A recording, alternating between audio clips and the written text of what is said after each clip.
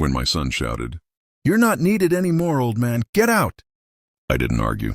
His wife stood behind him, arms crossed, a smirk stretching across her painted lips. "Don't make this harder, Arthur. We already packed your things. They're right where they belong." I didn't understand what she meant, not until I stepped outside. The cool May air hit my face, carrying a faint smell of wet grass and something else. Decay. And then I saw it. A pile. Not just any pile. My life. Thrown out beside the dumpster like yesterday's garbage. Cardboard boxes ripped open. Clothes scattered across the driveway. Old photographs soaked in puddles from the morning rain. My fishing rod, the one I'd had since 1984, snapped clean in half. My wedding picture with Martha cracked down the middle. Her smile shattered beneath a spiderweb of broken glass. For a long time, I just stood there, listening, the faint hum of traffic, a dog barking somewhere far off, and the sound of my son's laughter echoing faintly through the house. I'd built with my own hands. My throat tightened, not because of anger, but because of how calm I felt. When a man reaches a certain age, there's not much left that can surprise him. But betrayal from your own blood, that still burns differently. I knelt slowly, my knees creaking, and picked up the watch Martha had given me for our 20th anniversary. Its glass face was cracked, the leather strap soaked and muddy. I turned it over in my hand, thumb brushing the engraving on the back. "For all the time we still have left." She'd been gone 7 years now, but her words suddenly felt heavier than they ever had. Behind me, I heard the door slam. My son, Ryan, stood on the porch, phone in hand, scrolling like I was invisible. "Don't look at me like that," he muttered. "We needed the space. You'll figure something out. You always do." I wanted to ask him why. Why throw away the man who raised him, fed him, built the roof he was standing under? But then I realized something I didn't need to ask. Some people only understand value when it's gone. I stood up, brushed the dirt off my palms, and smiled, that same small, quiet smile that used to confuse Martha whenever life threw me something ugly. Then I reached into my pocket, pulled out my old flip phone, and dialed a number I hadn't used in years. The line rang once, twice. Then a voice answered, deep and steady. "Arthur, been a while. You finally ready?" I looked back at the house, the lights glowing warm through the windows, the laughter of people who thought they'd won. "Yeah," I said softly. "It's time." The call ended. I turned away from the wreckage of my things, climbed into my pickup and drove off, no looking back. Because while they thought they'd thrown me out, they had no idea they'd just set everything in motion. The road stretched out in front of me, long, quiet, and familiar. Every mile I drove, the house in my rearview mirror grew smaller, until it looked like what it had truly become. Just a structure. The home had been gone long before they threw me out. The phone on the passenger seat buzzed once. A text appeared. Unknown. "We'll be ready when you are." I smiled. Still the same people, still the same loyalty, even after all these years. I stopped at the old diner on Maple Street, the one with the peeling sign and the same waitress who'd been serving coffee since the 90s. "Arthur," she said, pouring me a cup before I even asked. "You look like a man who just walked away from something heavy." I gave her a small smile. Something like that. As I stirred the sugar into my coffee, my mind replayed every moment from the past week. Ryan's sudden coldness, his wife, Emily, whispering things she thought I couldn't hear, and that letter, the one I'd found tucked behind the kitchen. Bills 2 days before I left for my fishing trip. It wasn't meant for me. It was addressed to Mr. and Mrs. Ryan Douglas, but the handwriting wasn't Emily's. The words were short, professional, but heavy. "We're confirming the transfer of ownership documents once all parties sign. Please ensure Mr. Arthur Douglas's consent is included. Without his signature, the property cannot legally change hands." I didn't sign anything, but I knew then they were planning to take the house. Not ask, not earn, just take. And when I drove back today and saw my belongings in the trash, I knew exactly why. They thought I'd already given them the house. They thought tossing me out sealed the deal. But I'd learned something raising a son like Ryan. Impatience always exposes the truth. I reached into my jacket pocket and pulled out the folded blue document that had been sitting there since that morning. The property deed, still in my name. By evening, I parked in front of an old metal gate on the outskirts of town. A man stepped out from a nearby warehouse, his hair silver now, but his walk still carried that quiet authority. "Been a long time, Art," he said, offering his hand. Too long, I replied. That was Malcolm, an old friend, one of the first employees who'd helped me build my small construction business decades ago. When I retired, I sold him half the company. He ran it better than anyone I'd ever seen. I told him what happened, every detail. The house, the trash, the betrayal. Malcolm didn't interrupt once. When I finished, he leaned back and said, "You know, Arthur, you always were too kind, but they just made the biggest mistake of their lives. You still own the land, the house, everything. You can do whatever you want with it." I sipped the coffee he handed me, staring out at the fading orange horizon. "Yeah," I murmured, "and that's exactly what I plan to do." He raised an eyebrow. "What's the plan?" I looked at the phone lighting up on the table, 10 missed calls from Ryan. No voicemail, no apology. "Let's just say," I said, slipping the phone face down, "they're about to find out what happens when you throw away something that never belonged to you." Malcolm nodded slowly. "You want me to make the calls?" I nodded once. 3 days. Give them exactly 3 days. Then we start. That night, as I checked into a small roadside motel, I caught my reflection in the mirror. Lines deeper, eyes tired, but not defeated. No, not this time. This time, I wouldn't fight for their love. I'd fight for my peace. And when I turned off the lamp, I whispered to the empty room, "Let's see how they survive without the roof I built." The phone buzzed again. Another missed call. Ryan's name flashed on the screen. I smiled, switched it off, and lay back. Because the storm wasn't coming anymore. It had already begun. Morning came like nothing had changed. But everything had. Ryan woke up in the house I built, still calling it home. He made coffee in my kitchen, sat in my chair, opened the curtains I'd hung with my own hands 20 years ago. But what he didn't know was that the air in those rooms had already started to shift. The first day, it started small. Emily tried to log into the property account to check the insurance details. Access denied. She tried again. Denied. Every password they'd used no longer worked. "It's probably just an update," Ryan said, brushing it off.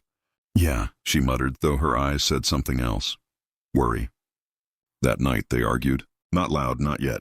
But it was the kind of argument that always starts with one word. You. "You said he signed it, Ryan." "He did." "Then why is the account under his name? Why can't we access it?" "I'll handle it." "You've been saying that for weeks." He walked out before she could say more. Straight to the porch, the same porch I built when he was 10. He sat there staring at the old oak tree in the yard, probably remembering how I used to tell him, "A man who takes shortcuts builds a weak foundation." And now that weak foundation was beginning to crack. Meanwhile, across town, I sat in Malcolm's office, quiet, composed. He slid a few papers across the desk toward me. "Everything's lined up," he said. "You're still the legal owner." "They've got no idea." I looked at the documents, each line proof of what I already knew. They thought they'd outsmarted me. They'd just forgotten who taught them everything they knew about deals, signatures, and trust. 3 days, I reminded him. Not a minute before. He nodded. "You're sure?" "I've been sure since the day they threw my jacket in the trash." We shook hands, firm, quiet, final. That handshake sealed more than a business move. It sealed a lesson. On the second day, Emily's brother came by. He was loud, arrogant, the kind who loved giving opinions nobody asked for. "So what's the deal with the old man?" he asked. "He really gone?" "He's done," Ryan said flatly. "Won't come back." "Good. That house needed a younger touch anyway. You're lucky he didn't ask for a cent." Ryan just smiled, but it wasn't a confident smile. It was the kind that hides fear. Because deep down he knew I didn't walk away. I never did anything halfway. That night he called me again. 5 times. No answer. He even texted, "Dad, I think we should talk, please." But I'd already decided he could talk after the storm. Not before. Day 3 came quiet and gray. Rain clouds gathered like the world was holding its breath. I watched from the diner window, sipping my black coffee, as Malcolm's men started their rounds. 3 black trucks rolled through Maple Street, each one stopping at the property line of my land. And there it was, the sign freshly planted in the grass. "Property under new management. Access restricted." By noon, Ryan got home from work and froze. Emily ran outside, her voice cracking. "What is this? What's happening?" A man in a raincoat handed her a sealed envelope. She opened it, hands trembling. Notice of repossession. Owner, Arthur Douglas. Ryan's face drained of color. No, this isn't possible. But it was. It always was. Because in the end, I never needed revenge. I just needed them to see what it felt like to stand outside their own door. With nowhere to go, as the rain began to fall, I turned my phone back on. One new voicemail. Ryan's voice shaking. Dad, please. We didn't mean for it to go this way. Just talk to me. I didn't delete it. I just let it play once quietly. Then I looked at the clock. 3 days. Exactly 3. Now, I said softly, it begins. The storm didn't wait for permission. It hit the town the same hour I decided to drive back. Wind howled through the valley. Rain slapping against my windshield like it was trying to hold me back. But nothing could. The wipers squealed across the glass, barely keeping up as I turned onto Maple Street. The old neighborhood lights flickered. In the downpour, the kind of flicker that made everything feel unfinished. And there it was. The house, my house. Lights on, curtains drawn. But the air around it felt cold, unsettled. Like it knew I was coming home. I parked across the street, engine idling low. 3 days ago, that driveway was littered with my memories. Now it was empty, as if the house itself was waiting. I stepped out, rain soaking through my jacket in seconds. Every step up that walkway felt like walking through history. Each board I'd hammered, each nail I'd driven, all of it built by my hands. I stopped at the porch, same one Ryan used to play on, building toy forts while I fixed the railing. The porch light buzzed, and I saw them through the window. Ryan and Emily, arguing again. Her arms crossed, voice sharp, his head in his hands. For a long moment, I didn't knock. I just watched, and realized something I hadn't wanted to admit before. They weren't happy. Even after throwing me away, they hadn't found peace. Maybe that was the punishment I didn't need to deliver. But I wasn't there for revenge. I was there for closure. I raised my hand and knocked, once, firm. The sound echoed through the wood, heavy, final. The arguing stopped. Footsteps approached. The door opened, and there he was. Ryan, my son. For a moment, neither of us spoke. The thunder filled the silence for us. He looked older than he had 3 days ago. Eyes sunken, shoulders tense. Dad, he breathed, almost like he couldn't believe it was me. I didn't answer. I just looked past him and saw Emily standing behind, arms folded like a shield. You came back, she said flatly. Didn't think I'd disappear that easily, I replied, calm as stone. Ryan stepped aside instinctively, but Emily grabbed his arm. Don't let him in. Not after what he did. What I did? I cut in quietly. She froze. My tone didn't rise, didn't crack. It didn't need to. You threw my life into a dumpster, I said, stepping forward. You called me useless, told me I wasn't needed anymore. But I built this house. I kept that roof over your heads when you were still figuring out what a mortgage even meant. Ryan looked down, voice shaking. Dad, I thought we had no choice. Emily said, no choice? I interrupted. There's always a choice, son. You just picked the easy one. Thunder rolled again, long and low.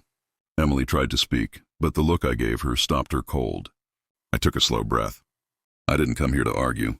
I came to tell you one thing. You've got 48 hours to leave this place. Ryan's eyes widened. Leave? What do you mean? I reached into my jacket and pulled out the envelope. The official notice. Dry and sealed. Handed it to him. New ownership papers. Effective immediately. Emily snatched it and tore it open, scanning the pages fast. Her face fell, color draining out. This can't be real. It's as real as what you did 3 days ago, I said. She dropped the papers, voice trembling now. You planned this. You wanted to humiliate us. No, I said softly. I wanted you to learn what it feels like to stand in the rain, watching someone else decide what happens to your home. Ryan's eyes filled, not anger, not defiance, guilt. The kind that breaks a man from the inside. Dad, I'm sorry. I didn't know what I... Don't say sorry to me, I said, turning toward the door. Say sorry to yourself. You lost more than a house today. I stepped off the porch, rain hitting harder now, soaking me to the bone, but it didn't feel cold anymore. It felt clean. Behind me I heard Emily shouting, anger, disbelief, denial. Then Ryan's voice, quieter, breaking apart. And then silence. The kind of silence that means realization finally hit. I got into my truck, started the engine, and looked at the house one last time through the rearview mirror. Lightning flashed. And for just a second, I saw the reflection of the old home I remembered. Laughter, warmth, love, all gone now. But I smiled. Because I wasn't the broken man they threw out.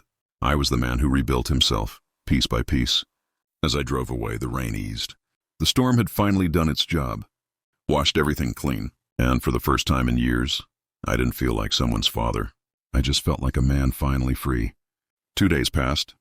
The storm had drained from the sky, leaving that heavy calm that only follows chaos.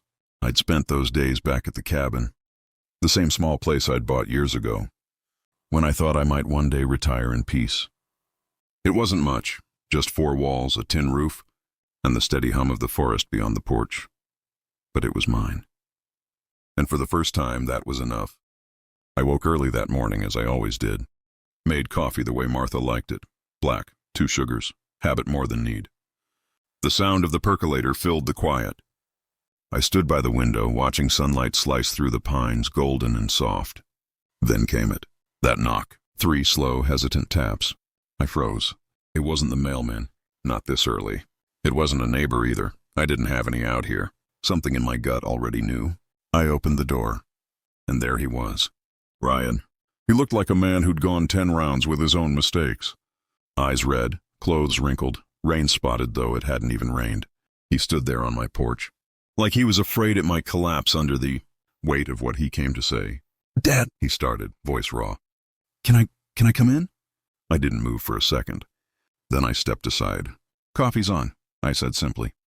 He walked in slow, looking around the cabin like he was trying to remember how to breathe. I poured him a cup. He held it, both hands trembling slightly. For a while, neither of us spoke. Just the sound of the clock ticking on the wall, each second stretching longer than the last. Finally, he said it. "She's gone." I didn't ask where. Didn't need to. "She took what money we had left," he continued. "The house. Even the car. Everything's in her name now." He laughed once, not out of humor, but disbelief. Guess I learned what loyalty means the hard way. I took a sip of my coffee, watching him carefully. His hands were shaking harder now. "You know, Dad, when you didn't answer my calls, I panicked. Thought maybe something happened to you. Then I realized I'm the one who made something happen to you." He looked up, eyes wet. "I don't know what I was thinking. She kept saying you were holding me back, that you were too proud to help us, and I believed her." I set my mug down slowly. "Son, you didn't believe her. You believed what you wanted to hear." That hit him. He nodded, staring into the cup like it might show him the answers he'd lost. "I've got nowhere else to go," he said finally, voice small. I didn't know where else to turn." I studied him, not the man who'd thrown me out, but the boy I'd raised. The one who used to build toy cars beside me in the garage, grinning ear to ear when his little wooden wheels rolled straight. And for the first time since that day by the dumpster, I felt something other than anger. I felt peace. "You've still got somewhere," I said softly. "Right here." He looked up sharply, disbelief flooding his face. "You'd take me back?" "After everything. I built a life out of scrap metal and busted engines," I said. "You think I can't rebuild a little trust too?" He laughed through his tears, a sound that cracked but carried warmth. "I don't deserve this. Neither did I deserve being thrown out. But here we are." The silence that followed wasn't heavy anymore. It was real, like 2 men finally standing, in the same truth after years of pretending. They were on different sides of it. Ryan wiped his face with his sleeve, glancing around the cabin again. "You fixed this place up nice. Looks like peace." "It is," I said. "But peace only works if you protect it." He nodded slowly. And for the first time I saw something I hadn't in a long time. Humility, gratitude, maybe even understanding. We spent that morning talking, not like father and son, but like 2 people finally learning each other again. He told me about the fights, the money, the lies he ignored. I told him about the quiet, the fishing trips, the strange freedom of being alone. By the time the coffee pot ran dry, the air didn't feel so heavy anymore. As he got up to leave, I said one last thing. "You don't fix a broken bond overnight, but showing up, that's how it starts." He nodded, then quietly, "Thanks, Dad, for still being here." When the door closed behind him, I looked out at the sunlight breaking through the trees. 3 days ago, they'd thrown my life in the trash. Now, my son had come back, not to ask for money or forgiveness, but to find his way home. And somehow, that made every shattered memory worth it. The next morning, the forest was breathing fog, that low, silver mist that clings to everything, turning even sunlight into ghosts. I stood on the porch with my mug in hand, listening to the world wake up, the soft hum of insects, the distant crackle of a woodpecker tapping somewhere in the pines. It felt calm, too calm. Then from down the gravel road, I heard the sound, tires crunching slow, hesitant. A car. Nobody ever drove this far up unless they meant to. I waited as the engine cut off. Moments later, a figure stepped out, umbrella snapping open against the drizzle. The heels gave her away before the face did. Emily. Even from a distance, I could tell she wasn't here to apologize. Her walk was stiff, her chin tilted just enough to say she still believed she was owed something. She reached the porch, eyes scanning the cabin like she was inspecting it for flaws. "Nice place," she said, voice clipped. "Smaller than I imagined." "It's enough," I replied, keeping my tone even. "What do you want, Emily?" She took a slow breath as if choosing her words carefully. "I didn't come here to fight, Arthur. I came to talk. Talking's free." "Go ahead." She hesitated, then stepped closer, closing her umbrella. The rain glistened on her hair. "You've made your point. The house, the accounts, all of it. You proved what you wanted to prove." I didn't say anything. She shifted uncomfortably, eyes darting away before continuing. "Ryan told me he came here yesterday." "He did." "And you took him back?" "He's my son." "He's my husband." The edge in her voice returned, that familiar sharpness that used to hide behind polite smiles. "He was," I said quietly. That word was cut through her composure. She blinked fast, jaw tightening. "He told you, didn't he?" "About me leaving." "He didn't need to." "You just did." Her lips pressed into a line. For a long moment, neither of us spoke. The only sound was the slow drip of rain off the cabin roof. Finally, she sighed. "Look, Arthur, things got out of hand. I said things I shouldn't have. But I didn't mean to hurt you. I just wanted what you thought you deserved." I interrupted softly. Her eyes flicked up to mine, the facade cracking just slightly. "I wanted stability. A home. A future. Ryan doesn't know how to build that."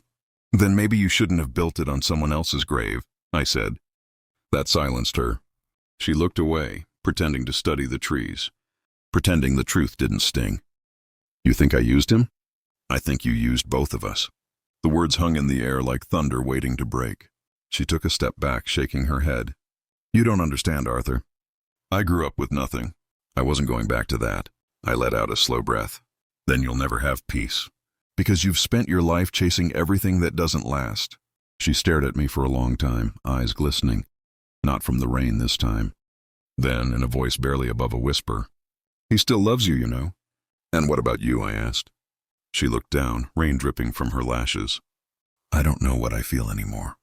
For a second, just a second, she didn't look cruel. She looked lost. Like the person she'd become wasn't the one she meant to be. I nodded once. "Then start by leaving. Let the boy rebuild what's left of his soul. And maybe someday you'll find yours." She swallowed hard, blinking fast, then turned toward her car. But just before she opened the door, she paused.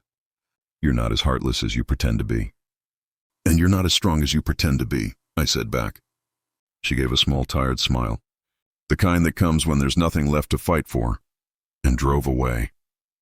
The rain picked up after she left, falling heavy and constant. I watched her car disappear down the road, swallowed by the fog. For the first time since the day they threw my things in the trash, I felt something close to closure. Not because I'd won, but because I finally understood that I didn't need to. Sometimes life takes everything from you, your home, your pride, your people, just to hand you back what truly matters, peace and perspective. As I turned to go inside, I noticed the old photo frame on my mantel, the one with Martha's cracked smile. I picked it up gently, tracing the break in the glass. "You were right," I murmured. "Love doesn't die when they throw you out. It dies when you stop forgiving." And just like that, I knew what had to come next. I wasn't going back for revenge or pity or pride. I was going back for family. It took me 3 more days before I went back. Not because I didn't want to, but because I wanted to make sure I was ready. You don't just walk back into a place where your heart once broke. You prepare for it. You rehearse what to say. You breathe through the memories. And you tell yourself, this time, it won't destroy me. The morning I left the cabin, the air had that quiet chill that comes right before winter claims everything. I stood on the porch, coffee steaming in my hands, watching the sun rise behind the trees. The light was soft, like it knew I needed gentleness today. On the passenger seat sat a small wooden box, old, scarred and heavy with meaning. Inside were a few things that had survived the years: Martha's wedding ring, Ryan's first fishing lure, photo of us in front of the house before it started falling apart. Before we did, and one sealed envelope, written in my handwriting, the words on it: "For my son, when you're ready to forgive." I didn't plan to give it to him before, but something told me it was time. The drive back felt endless. Every stretch of highway looked familiar and foreign all at once.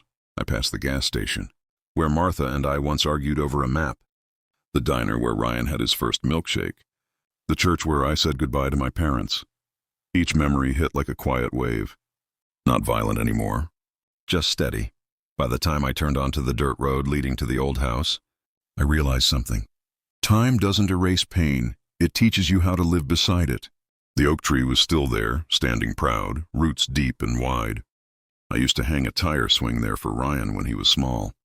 It wasn't there anymore, but I could still see him, 5 years old, laughing so hard he couldn't catch his breath. That sound echoed in my mind as I parked the truck. The house stood ahead, older, grayer, yet standing tall. Much like me, Ryan was outside fixing a porch step. His back was to me, but I recognized that posture, the quiet focus, the small tilt of his head when something didn't fit right. It was the same way I used to work. "You came back," he said softly without turning. "Told you I would," I replied, my voice rougher than I meant it to be. He finally turned to face me. There wasn't anger this time, just a kind of peace that comes from exhaustion. From years of carrying something too heavy, finally setting it down. "Didn't think you'd actually come," he said. "Neither did I admitted. He smiled, faintly, nervously. "Want some coffee?" I got the old pot working again. "Sure, haven't had yours since before." I paused. "Before everything." He nodded, understanding without needing the rest. We sat on the porch. Two men who once couldn't sit in the same room without fighting. The boards creaked under our weight, the same sound that used to annoy me, but now it felt comforting, like an old heartbeat. The coffee was strong, bitter, burnt, exactly the way I used to make it. He noticed my smirk. "Still the same?" he asked. "Just how I like it." We drank in silence for a while. Birds chirped somewhere in the trees. The wind carried the faint scent of earth and autumn. "I fixed the railing," Ryan said finally, tapping the wood beside him. "You did good," I replied. "Better than me. Guess I learned from your mistakes," he said, half joking. "Then I did something right." He laughed softly. The first real laugh between us in years. When I opened the truck bed, he noticed the old box immediately. "What's that?" "Pieces of home," I said. "Thought they belonged here more than with me." He hesitated, then lifted the lid. His breath hitched. This is Mom's ring." "Yeah, she always said you'd know when it was time to take care of it." He picked it up carefully, holding it in the sunlight. It glimmered faintly, the same way Martha's eyes did when she laughed. Then he saw the envelope. He looked up at me, uncertain. "What's this?" "Read it when you're ready," I said. "Not now. Maybe tomorrow. Maybe next year." He nodded, slipping it into his jacket. We walked around the property after that. The garden was alive again. Tomatoes, basil, lavender. Ryan had rebuilt the fence, repainted the barn. Everything looked alive, purposeful. "You did all this?" I asked quietly. "Yeah," he said. "It was either fix it or let it rot completely. I figured it deserved a second chance." "So did we," I whispered. He looked at me then, and in that moment something unspoken passed between us. The apology I'd never said, the forgiveness he'd never voiced. Both existed there, wordless but understood. When we reached the back porch, I froze. 2 rocking chairs stood side by side, one old and creaky, one brand new. Ryan caught my glance. "Thought if you ever wanted to visit, you'd have a place to sit." For a second, I couldn't speak. My throat burned, and I felt tears pushing through years of pride. That's good of you," I said finally. "I learned it from watching you try," he said softly. We sat for a while. No words, no need. The sun started dipping behind the trees, bathing the porch in gold. I looked at my son, the man he'd become, and realized how much time I'd spent trying to make him like me when I should have just let him be him. "You ever hate me?" I asked suddenly. He didn't answer right away. Then he said quietly, I used to, but not anymore. You did what you thought was right. I just wish you'd thought about me more. I nodded. Me too.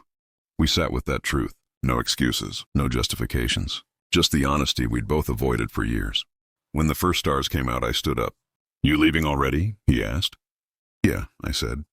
Got a cabin that's starting to feel like peace. He nodded slowly. So this isn't goodbye? No, I said. It's what comes after. I started toward the truck, then turned back. Ryan? Yeah? You're a better man than I ever was. Don't ever doubt that. His eyes shimmered. You were just a man, Dad. You tried. I get it now. Before I left, I looked back at the house one last time. The porch light flickered on, a warm glow against the twilight. For the first time in decades, it didn't look haunted by the past. It looked alive. All those years I thought home was something you build with wood and walls. Turns out it's something you build with forgiveness. That night back at the cabin, I lit the fire and sat with a cup of tea. The phone buzzed once, a message from Ryan. I read the letter. I understand now. Thank you for teaching me twice. I smiled, set the phone down, and looked out at the dark, endless sky. The stars blinked above me, scattered like old memories that finally made sense. For years I thought peace meant forgetting. Now I knew it meant remembering, but without the pain. And as the fire cracked softly, I whispered to the night, Martha, he's okay now. We both are. The wind blew gently through the trees, like a sigh of relief from the past itself. And for the first time in a long, long while, Arthur Douglas finally felt at peace.